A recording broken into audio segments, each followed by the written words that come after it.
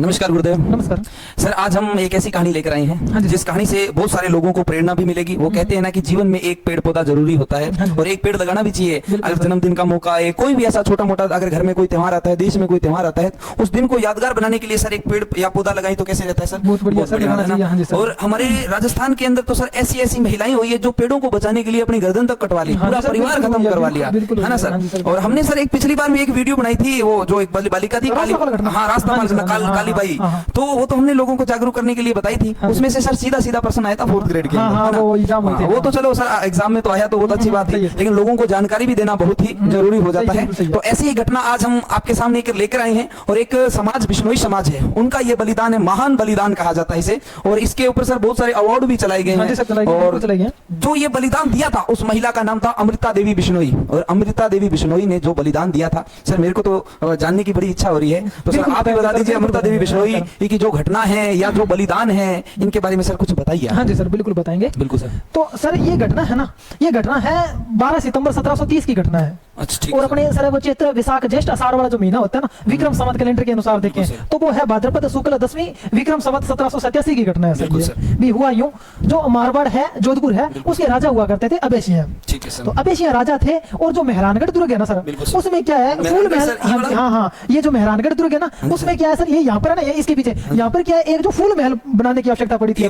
हाँ जी सर, ये जो है ना, ये फूल महल है। और ये फूल महल है ना, ये यहाँ पर बनाया गया था, पिछली साइड बनाया गया था। तो इस फूल महल के निर्माण के लिए अबेसियों को बहुत ज्यादा लकड़ियों की आवश्यकता पड़ी थी सर। बिल्कुल सर। तो इस महल को बनाने के लिए लकड़ियों की आवश्यकता पड़ी थी। इस महल का नाम है फूल महल। बिल्कुल सर, फूल महल। तो इस महल के निर्माण के लिए लकड़ियों की जैसे आवश्यकता पड़ी थी, तो उनका जो एक कामदार था, अबेसिया के कामदार था, जिसका नाम मिलता है ये गिरधारी दास। तो गिरधारी दास को ऑर्डर दिया भी आप ऐसा करो, पास के किसी गांव में जाओ और आप लकड़ियां लेकर आओ। और गिरधारी दास है वहां पर, जो जोधपुर में गांव पड़ता है, खेजड़ली गांव। ये हाँ सर, ये खेजड़ली गांव है। सर ये कौन? ये सर राजा है अबेसिया। अच्छा, ये राजा जोधपुर के राजा अबेसिया। और ये खेजड़ली गांव है। और ये खेजड़ी का वृक्ष है सर। बिल्कुल सर, ये खेजड़ी का वृक्ष है। तो वो अबेसिया क्या करता है, अबेसिया अपने जो कामदार होता है, जो सेनापति है, उनको ऑर्डर दे देता है भी आप क्या पास के किसी गांव में जाओ और खेजड़ली जो कोई ना कोई जैसे लकड़ियां लेकर आओ आप।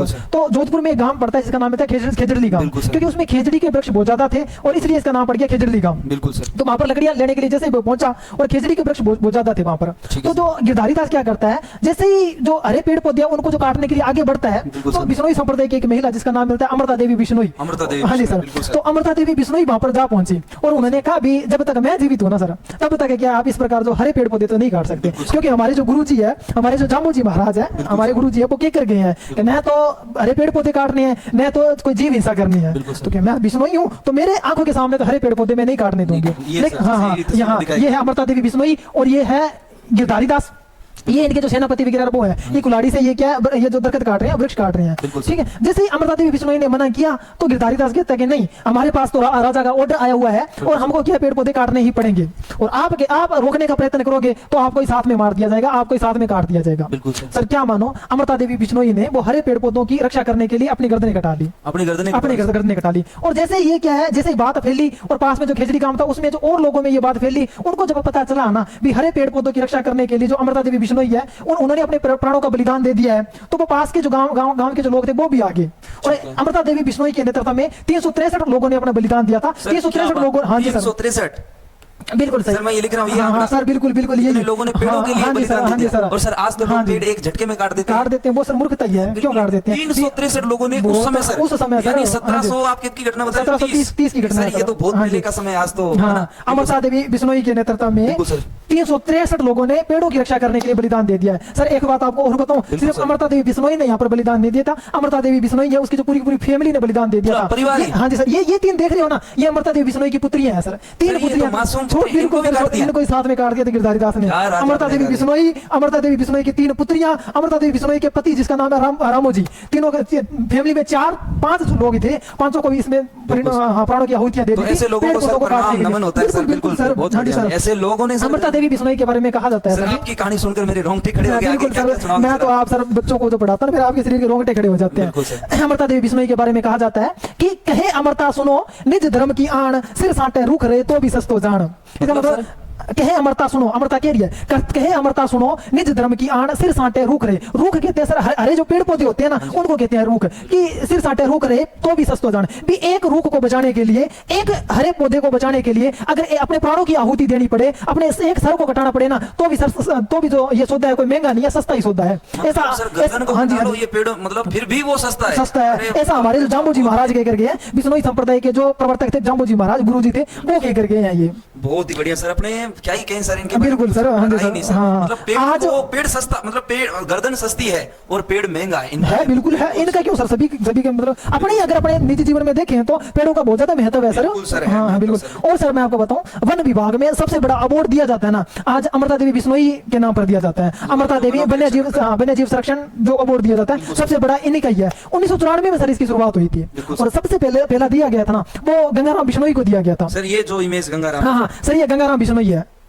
गंगाराम बिश्नोई है, उनको ये अवार्ड दिया गया था सर, सन 2002 में दिया गया था, मरणोपरांत दिया गया था, इनकी पत्नी को दिया गया सर। इस इमेज के अंदर सर, ये मैंने ना एक गांव पड़ता है इस तरफ, मैं एक बार गया था यहाँ, डाबला गांव पता नहीं ऐसा कुछ। हाँ डाबला गांव के पास में, हाँ हमारे पास में, उस गांव में सर ये इमेज लगी हुई है, आपने देखा होगा सर, देखा जोड़ा है, बूढ़ा जोड़ा, हाँ बिल्कुल, वहां पे ये इमेज लगी है सर। तो मैं इसके बारे में कुछ जानना चाहूंगा, इस इमेज का क्या महत्व है? इस ये है कि अपने राजस्थान में एकमात्र संप्रदाय ऐसा है, बिश्नोई संप्रदाय सर। बिल्कुल सर, बिश्नोई संप्रदाय एकमात्र ऐसा संप्रदाय है जिनकी महिलाएं क्या, अपने जो बेटा होता है, अपने बच्चा होता है, उसकी भांति जीवों की रक्षा करता है, उनको अपने स्तनों का पान करवाता है। इससे ये अपने को पता चलता है, एकमात्र ऐसा संप्रदाय है। और आपको दुनिया में कहीं ऐसा संप्रदाय नहीं मिलेगा जिसकी महिलाएं अपने बच्चे की भांति, अपने बेटे की भांति जो जीव होते हैं, जीवों को अपने जो स्तनपान करवाते हैं, एकमात्र संप्रदाय है। ये महिला है बिश्नोई संप्रदाय की महिला, यहाँ पर अपना जो बेटा है उनको तो स्तनपान करवा रही है, साथ में देख लो एक छोटा सा जीव है, हिरण है, हिरण का बच्चा है, उसको अपना जो स्तनपान करवा रही है। ये एकमात्र उदाहरण अपने जो बिश्नोई संप्रदाय में देखते हैं सर। थोड़ी सी मैं बात और बताऊं आपको, ये है ना जो गंगाराम जी है, गंगाराम जी, हाँ इनकी बात है सर।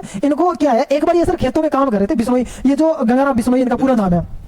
एक बार सर ये खेतों में काम कर रहे थे, और खेतों में काम कर रहे थे, वहां पर कुछ शिकारी आए थे, और वो हिरण का शिकार कर रहे थे सर।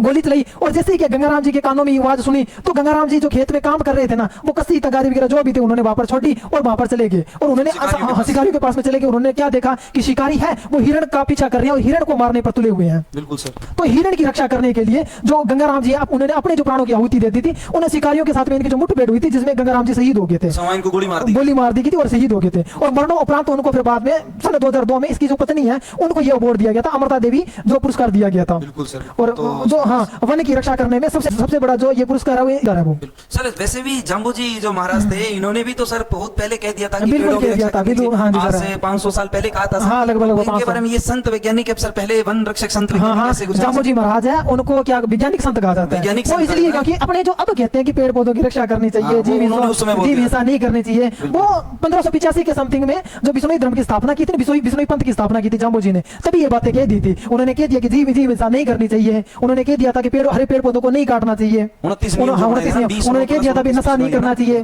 मद्यपान निषेध है, ये बहुत सारे उन्होंने नियम दिए, 29 नियम दिए थे, 20+9 उपदेश दिए थे, इसलिए संप्रदाय को कहा जाता है बिश्नोई संप्रदाय। हाँ जी सर, हिंदुओं की और साहित्य तक ऐसे, चलो वो तो सर धर्म की बातें वो नहीं करेंगे अपने एक बार। हाँ तो सर एक और बताइए, जैसे जाम्बू जी महाराज ने और भी सर बहुत सारी बातें कही, और बिश्नोई समाज तो सर, अगर सर बिश्नोई समाज जोधपुर में नहीं होता तो हिरणों को सल्टा देते, नहीं सल्टा देते हैं, मतलब हरे पेड़ पौधे बचे हुए हैं जोधपुर साइड में, और इन्हीं के डर से सर ये जो जीव वगैरह है इनकी रक्षा हो रही है ना, अन्यथा में तो सर मतलब गड़बड़ा ही हुआ है ना, आज भी कर देते हैं शिकार लोग। हाँ सबसे ज्यादा जैसे वनों की रक्षा करने के लिए, जीवों की रक्षा करने के लिए सबसे जो ज्यादा बीड़ा उठाया हुआ है ना, वो बिश्नोई संप्रदाय नहीं उठाया हुआ है सर। कई एग्जांपल देखते, जोधपुर की तो एक घटना सर मेरे को और याद आ गई है, ठीक है। जोधपुर में कोई गांव, उसमें क्या 2 महिला, वहां पर भी महिला आई थी, एक का नाम मिलता है गोरा और दूसरी महिला का नाम मिलता है कर्मा, और दोनों बिश्नोई है। और वहां का एक जो ठाकुर था, उन्होंने भी आदेश पारित किया था कि पास का कोई गांव है, वहां पर लकड़ियां लेकर आओ। वो भी वहां पर हरे पेड़ पौधों को काटने के लिए पहुंचे थे, और कर्मा और गोरा जो बिश्नोई महिलाएं थी, उन्होंने भी वहां पर अपने जो प्राणों की आहुति दे दी थी पेड़ पौधों की रक्षा करने के लिए, उनको भी काट दिया गया था सर। बहुत मतलब